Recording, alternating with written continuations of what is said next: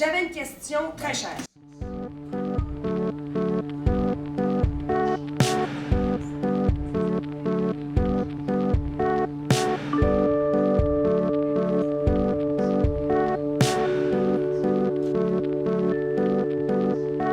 Il faut en parler, puis il faut vraiment le documenter davantage. C'est ce qu'on voit aussi, c'est que c'est pas tout le temps documenté de façon suffisante.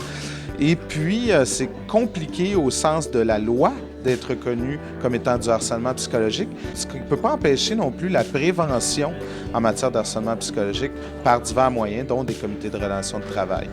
Moi, je trouve ça très, très important là, qu'on dénonce la violence qui se passe dans nos établissements scolaires. Un, parce que je trouve qu'on banalise beaucoup. Et deux, il faut absolument dénoncer ça. On vit des actes quotidiennement. Puis pas des petites choses, c'est des choses qui sont majeures. De se faire traiter de nom, de se faire cracher, de se faire mordre, de se faire bousculer.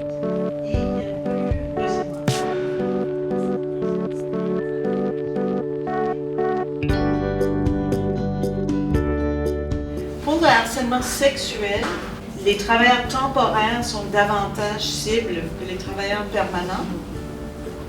Mais pour le harcèlement psychologique, ce sont les permanents.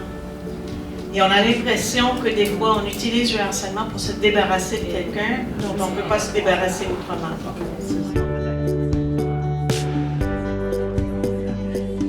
Les employeurs doivent se munir d'une loi et d'une politique concernant la violence en milieu de travail, entre autres psychologique. Et on s'aperçoit que cette politique-là n'est pas suffisamment vivante et connue de tous dans les milieux. Et elle date aussi. Faut se rappeler qu'il y a eu des modifications aux normes du travail qui sont rentrées en vigueur depuis le 1er janvier 2019 et que l'employeur doit faire beaucoup plus de prévention